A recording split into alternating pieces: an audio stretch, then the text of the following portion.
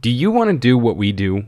Literally this, podcasting, editing audio on your own time, making fun little episodes about your favorite topics? Well, we can help you out. Sound Studio 4 is an app for Mac that lets you record music, create sound effects, digitize old records and tapes, or even create your own podcast, like George said. Just don't make it about sound. We're kind of already doing that. And it's pretty okay. Sound Studio 4 is the latest version of their software. It's been around since 1999, and this current version has bells and whistles to help make whatever audio project you want. Find Sound Studio 4 in the Mac App Store or at felttip.com/ss. SS for Sound Studio. Yeah, I think that's obvious.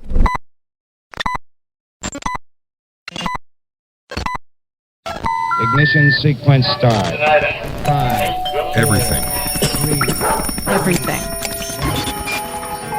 Sounds. Sounds. This is Everything Sounds. What's it sound like? It sounds like an out of tune. What's this guitar look like? It looks like a completely general vision of a guitar. Beautiful red, a sort of black fade around the side. Got a nice rosewood fretboard. Got one pickup, used to have two. A little bit later on, the bridge height was changed. Nice.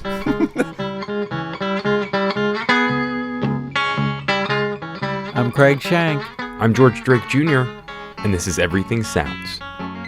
On the surface, this guitar that you heard might seem unremarkable in nearly every way. It's special, though.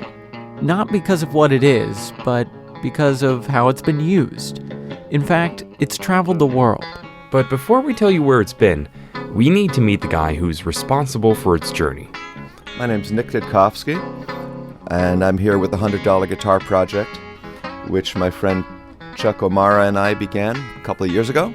Nick's currently got his hands in a few different musical projects, including an 8-piece band called Dr. Nerve. So Dr. Nerve is very active. More recently, my metal band Hässliche Luftmasken has been making some great strides. He's always been a guitar guy. His mom actually picked up her guitar thanks to PBS's Folk Guitar with Laura Weber series. Hi everybody, we're up to lesson number 26, and this is not the end of the program, it's the beginning. And we began with that. After his mother played for a year, Nick began to go through the Laura Weber songbook himself. And then I got into my own stuff, the bands that I was into. Heavier music, composition, electronic and computer music, and plenty of other projects along the way. So I got my hands in a lot of different pies. Nick grew up in the 60s when the guitar was huge in American music. Both acoustic and electric guitars were everywhere. There was a visceral excitement that surrounded the electric guitar in particular. They helped define the popular music of that era. That I just wanted to become a part of. He tries to instill that excitement in his current students too. If I teach someone how to play electric guitar, a total beginner, the very first thing I do is I turn the amp up, turn up the gain, show them how to bar an A chord and have them hit it. And if that doesn't send chills up your spine, then you probably shouldn't be playing electric guitar. But you can get a rush from electric guitar, within 20 seconds of someone showing you how to just go quonk. And that's sort of been my relationship to it. Luckily for Nick, he found somebody who shares his excitement for the instrument. Around 1980, a friend of Nick's told him about a guy named Chuck O'Mara, who sort of confessed, whenever I get together with Chuck, I don't really know what to play. He's into all this out stuff, but I think you might get along with him. Nick rarely made cold calls, but he decided to reach out to Chuck. They talked on the phone for 3 hours and began improvising together on the weekends. It's like, wow, this guy is a soulmate. And after all these years, their friendship is still strong. Obviously, a big part of their friendship is about music, but they also have a sense of humor that they share. They send a lot of emails back and forth, and they often have a humorous edge. Stoke some kind of dark humor, They often revolve around ridiculously expensive guitars. Here's a 1961 Gibson SG that you can have in your collection for only $55,000, and here's a 59 Les Paul that's going for a mere 70 grand, Then Chuck sent an email in October of 2010 that had a slightly cryptic subject line. But one day he sends me an email, and the email subject is, "Here it is, the guitar of your dreams." I'm like, what could that be, you know? Because it was so ambiguous. It was so sort of on the shade of like, is he kidding or what? And he had a picture attached, this little stamp-sized picture of this red generic no-name guitar. And it just looked so cool.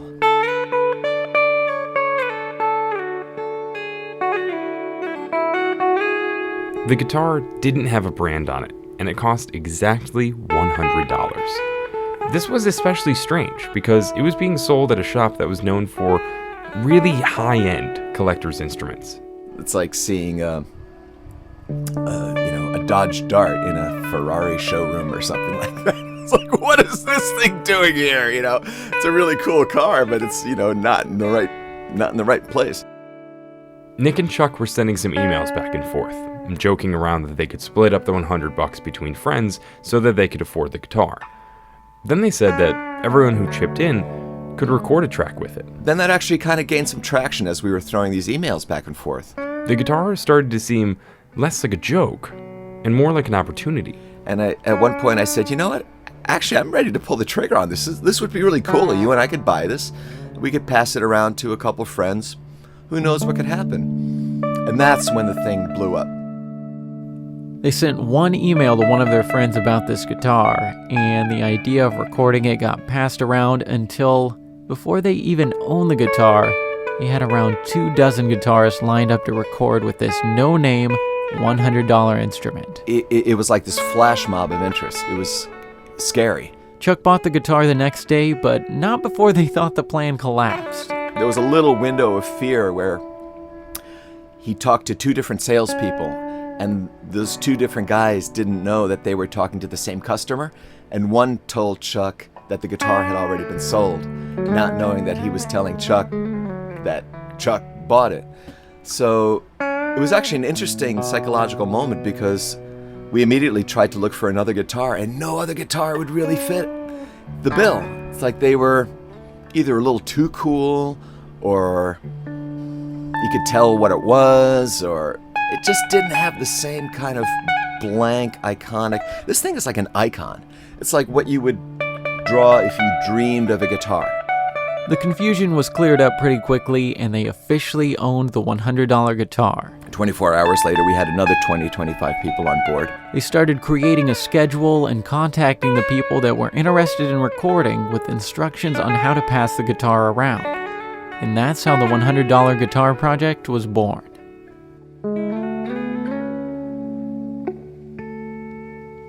To keep the project manageable, they needed to implement a few guidelines. To record for the $100 guitar project, Nick and Chuck suggested that the songs be kept to a certain length. I said, about 4 minutes, no more than 5. But as more and more people were getting involved, they realized that 4 minutes was too long. Keep your track down to 2 minutes and you'll be a hero if it's 1 minute. To make sure that everything could fit onto 2 CDs.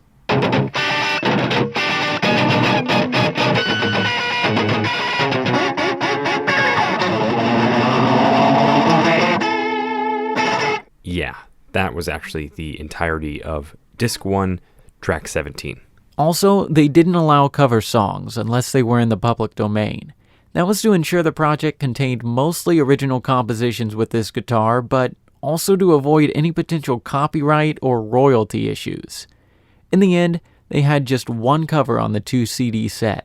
Aside from that, the musicians were free to do as they pleased, without any other guidance or instruction. Never crossed my mind that I would have to guide anyone in terms of what they did. I knew that everyone was going to do honest creative work. So really, absolutely zero mention of genre. I wouldn't tell anyone what anyone else had done, so that I didn't want any player to think in a curatorial kind of way, thinking like, well, you're probably getting a bunch of this kind of thing, so I'm going to do that kind of a thing. I didn't want anyone to be thinking about anything other than, here's the guitar, I've got it for a week, what am I going to do?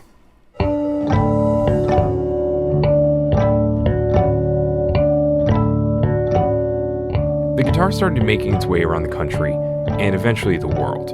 It was mostly handed off in person and was only shipped when it was necessary. It spent a lot of time in the continental US in places like New York, Connecticut, Massachusetts, Michigan, Colorado, and California, but it also managed to make it to some places that required some extra effort to reach. Well, it went to Hawaii, which I was very jealous about. It got invited to a festival in Belgium. The guitar itself got booked for a festival. I didn't get to go, but the guitar went. So the festival paid for it to get out there. This quartet Zwerm did a sort of public action with it. And then while it was out there, they did their tracks with it. But once it was in Europe, it could then head out to a couple of other countries. So it went to Holland and it went to Germany. Things got a little tricky in Europe. Apparently the guitar was in limbo while they figured out how to ship it back to the US. We'll spare you most of the headache and just say that it was cheaper to ship the guitar a half hour out of Belgium into Germany and then from Germany to the US. It cost about 1/5 as much to do it that way than it would have to ship it directly from Belgium to the US. It was crazy. The thing, you get this crash course in international shipping and, customs intrigue, and you learn more than you ever wanted to learn about these arcane, areas of cultural information. Those kinds of issues were worth putting up with based on the results that they got with the $100 guitar project. The guitar was used by over 65 players in a 2-year period, and the tracks that were recorded with the guitar are now available on a 2-disc set. And the sales from the set go to CARE, an organization that fights global poverty. There were more straight-ahead rock and blues songs and also more experimental and avant-garde selections. One creative use was from Greg Anderson on a track called Bale Wagon Blues. He had an electric violinist perform a solo on the piece, and he plugged the electric violin into an amp, into a guitar amp, and he placed the $100 guitar in front of the amp, and then he ran the output of the guitar into the recording console. So what you're hearing is the guitar picking up the sound of the amp, amplifying the electric violin.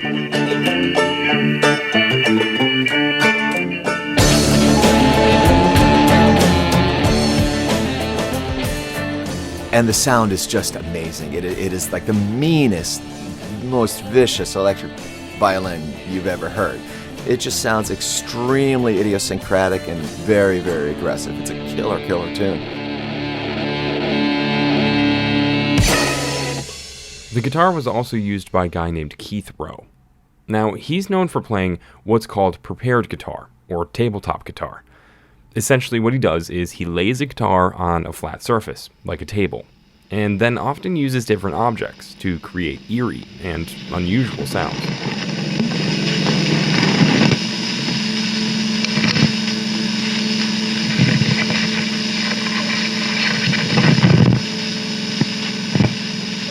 The most honored I am is to have Keith Rowe's signature on here. Keith came and played this guitar. He laid it down on my table, had a coffee, put a radio next to it, put some aluminum foil next to it, started making sounds with it. Got some great, great sounds out of this. Keith is sort of the godfather of tabletop electric guitar improvisation.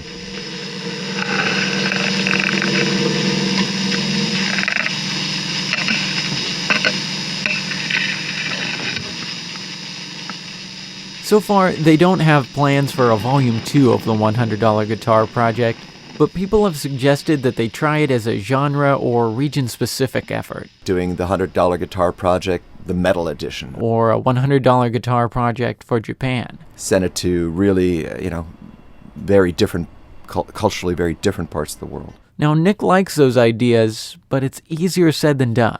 All that takes time and, money and sponsorship and all that. And those are things that are exciting, which, anything's possible, but nothing's strictly planned. The future of the $100 guitar is up in the air at the moment. But there is one idea that Nick has been playing around with. So I think my focus now is really going to be more the live element. Think of it as a way for the guitar to meet its admiring fans. Maybe do a series of the $100 guitar project in concert, where we have some of the players that participated in the record, and maybe even more importantly, some of the players who I had to say no to due to time constraints, limits. Have them come and do a short set, do sort of lightning round, 10 players one evening, everyone gets 15-minute set, just like keep it moving, keep it in the spirit of the guitar being passed off from one player to the other. The appeal of this project isn't just musical. It seems to be emotional as well. People have relationships with their instruments. Even the best musicians in the world had to start somewhere. This project took an inexpensive, unbranded guitar and allowed musicians all over the world to create their own art with it. It's this story. It's the human story. It's almost like actually experiencing that cliché rhetorical question, if you could go back and do it all over again, what would you do? I think Mark Solomon really put it well when he described his relationship to the project. He said this reminded him of his first guitar. And you always remember, every guitarist is going to remember their first guitar. And I suspect, but I can't say for sure, but I suspect that everyone at some point in their experience with this guitar probably had a little bit of a flashback to their first guitar when they were, maybe a little bit younger or much younger, and figuring out how this instrument works, and feeling your calluses build up, and feeling the frustration of certain chords and the successes of getting those chords, and going through that experience of being a beginner again. You put this guitar in your lap, there's some part of your mind that goes back to that moment where you were a beginner, and it's very tender and rich. It's a very beautiful kind of moment. And it certainly was true for Mark. It's true to a certain extent with me. I remember my Univox guitar when I look at this guitar. But that is a very inspiring element.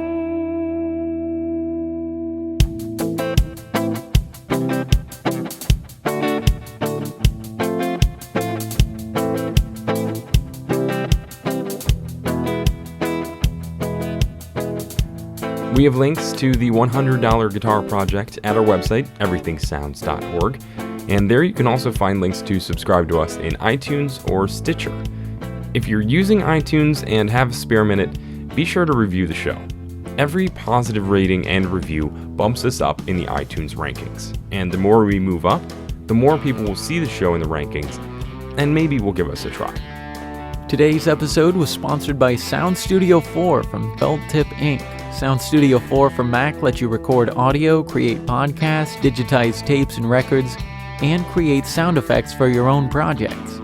Information on all of the features is at felttip.com/ss or in the Mac App Store. Again, that's Sound Studio 4 for Mac. Everything Sounds is a part of the Mule Radio Syndicate, which you can find more information at muleradio.net. While you're there, you can hear other shows such as The Talk Show, SDMR, and The Mixtape. We'll leave you with some words of wisdom from Nick. I think it fits in pretty well with how we approach things too. You take the tools that you have and you make the music that you want now using those tools. That is the message, right? You don't wait. You just do it. Maybe we should have started a band instead of a radio show. Maybe we did the world a favor by not doing that. Okay, fair enough. Thanks for listening. I'm Craig Shank. And I'm George Drake Jr.